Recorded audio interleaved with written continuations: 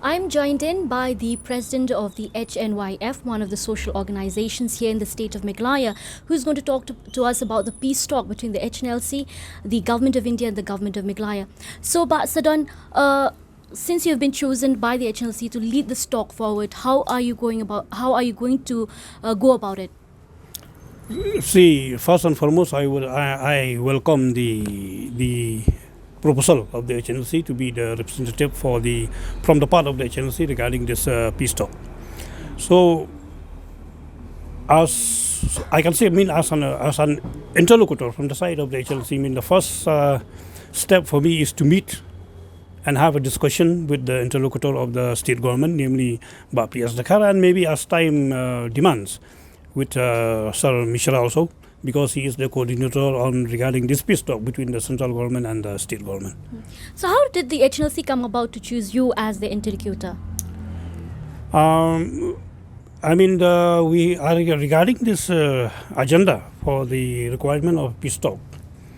Myself, as a social activist and as a president of the HNLF, we did communicate for quite some time, and we had a discussion for quite some time. Then finally, it comes to a convincing conclusion that yes, we can go ahead towards the peace talk from the HLC side and my side. Then so finally, it was decided. So the conditions that the HNLC had, because previously it did not agree to the preconditions that the government had set, but this time it was willing to go forward, except for a few conditions like the IOA and all. So how are you going to lead the talk forward regarding that matter? Now, when we say that, like the government has said, or maybe somewhere the HNLC has said that, the IOA will not be a part of the discussion. We have to understand things like, the provisions of the IOA is not allergic to the Constitution of India. But the main thing that the central government and the state government was convinced to invite the HNLC for talk is because of the offer that the HNLC has made in very clear terms that the talk will be within the ambit of the Constitution of India. Mm-hmm. So is this going to be similar to the one that the government had initiated with the ANVC? Similar lines? You see, right now, maybe from the HNLC they have agendas which might be different from the ANVC, which so far the HNLC has not divulged much in detail about these agendas. So the line of the NBC is different. It's a different organization, different demands that they have put forward. They are still working forward towards that. So it is not. I cannot say that it will be in the same line, but because they have different sentiments, they have different issues regarding the history, regarding the identity, regarding everything. It's a totally different story.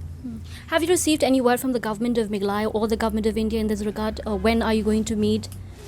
Maybe so. So far I have not received anything, and I have not met any of the government, say interlocutors or government official regarding this. Over telephone we did communicate, but officially we have not proceed anything much. Is there any probably in the next likely No, next month? Now it depends. I take the responsibility that I will be meeting the government interlocutor in this week. This week. Okay. So last but not the least, do you think this is a step in the right direction initiated by both parties, the state government and the HNLC, to ensure that peace prevails in the state? Now, this offer for peace talk is not the first time that the HNLC has come forward with such an offer. But we fail to understand why those respective government which has been in power at that point of time have not responded to the offer of HNLC. But the current situation is that since the central government has given a green signal, the state government has given a green signal, because central government and state government, they have to have a kind of intra discussion and inter discussion and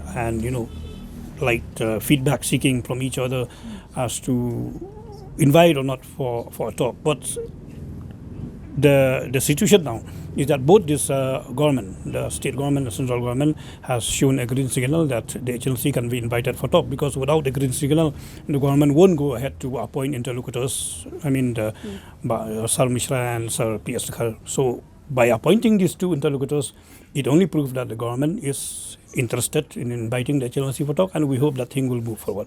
Thank you so much, Pa. So how and when the talks will be held, that only time will tell. This is Iban Mauri for the Shillong Times.